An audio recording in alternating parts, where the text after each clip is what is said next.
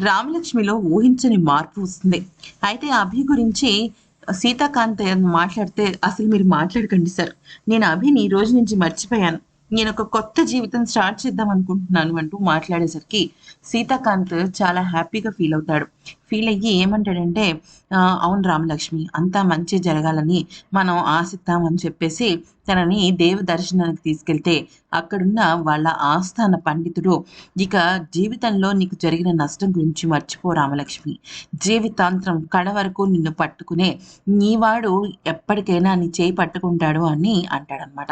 అదే సమయంలో అక్కడ సీత రామలక్ష్మి చేయి పట్టుకుంటే రామలక్ష్మి ఆనందంతో ఉప్పొంగిపోతుంది. ఆ తర్వాత తనని కారెక్కించుకొని వాళ్ళ అమ్మ వాళ్ళ ఇంటికి తీసుకెళ్తాడు. ఎందుకంటే బాధలో ఉన్న ఆడపిల్ల తన పుట్టింట్లోనే సేద తీరుతుందని సీతాకాంత అర్థం చేసుకుంటాడు. అయితే ఇక వాళ్ళ అమ్మని చూడంగానే రామలక్ష్మికి ఏడుపొచ్చేసి ఏడ్చేస్తుందనమాట. అప్పుడు సీతాకాంత్ కొద్దిగా రిలీఫ్‌గా ఫీల్ అవుతాడు. ఎందుకనంటే తల్లిని, బిడ్డని దగ్గర చేశాడు కదా! అప్పుడు తన బాధంతా కన్నీళ్ళ రూపంలో పోయి కొంచెం రికవర్ అవుతుందని. అయితే రామలక్ష్మి సీతాకాంత్ విషయంలో చాలా అంటే చాలా హ్యాపీ ఫీల్ అయిపోతుంది.